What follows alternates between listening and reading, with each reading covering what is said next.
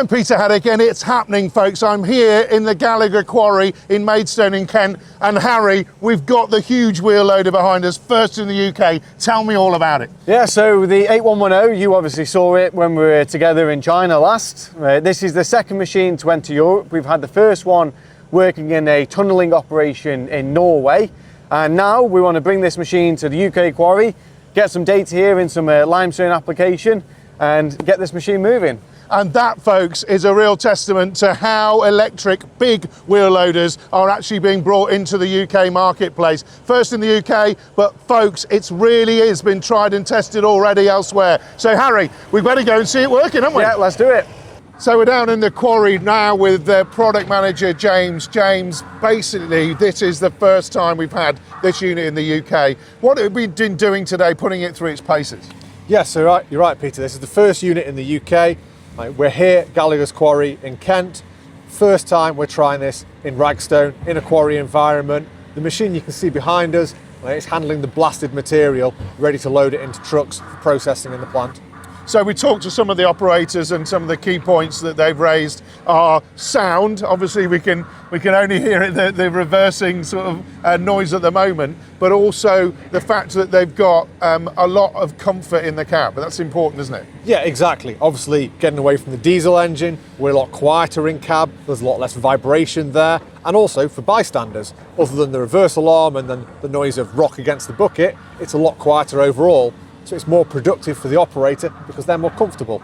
So we're going to go and look at the charging later on with you back at the charging bay. But this machine, it's all about saying, can it do the job in a quarry environment like this with the cycles and the shifts that they're pulling? And what have we seen so far today?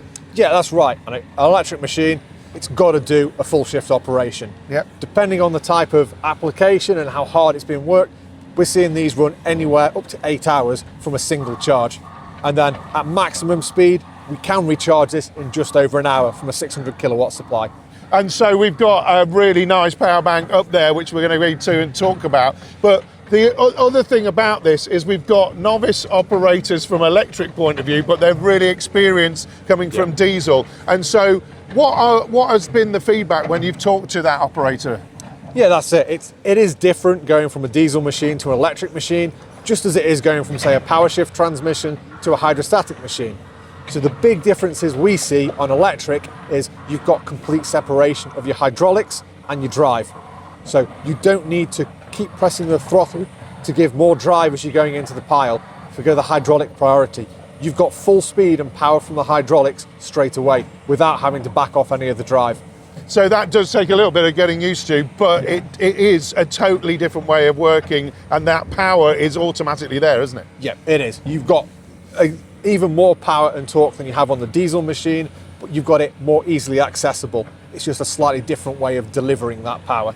So let's go and talk about power when we're going up to the power bank, because we're going to plug this in, see how much work it's been doing, and we can look at some of those stats to see what it's actually achieved today. Yep. Let's go. Sounds good. So we're now, folks, at the charging point. I'm just literally going to plug it in, and so it automatically starts charging. Now, James, it's going to tell us here what we've got from the actual power consumption that we've done. But what have we actually achieved today? Yeah, so this morning we've done around 2 hours or so of running, loading out ADTs, handling material ready so they can put a new bench in to place the screener on there. So we've reused about 21% of the battery this morning. Yep. So now we can charge it. We can see on the charging pile, yep, it's showing 79% state of charge in the battery. This is a 200 kilowatt charging pile, so it will charge the machine fully in just over 3 hours. If we use the maximum potential of the machine, which is 600 kilowatts, we could charge the machine fully in just over an hour.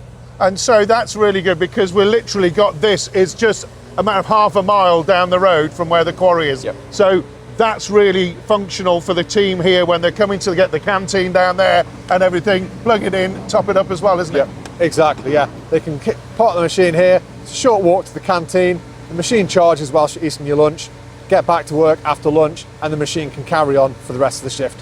Fantastic, so there you have it, folks. Done all of that work, let's go to the canteen, come on. But before we go to the canteen, folks, there's some big news, because this machine's going to be a Hillhead stand T4, isn't it, James? Yep. As soon as it's fully charged, straight to Hillhead. Fantastic, great to see you. Cheers. Thanks.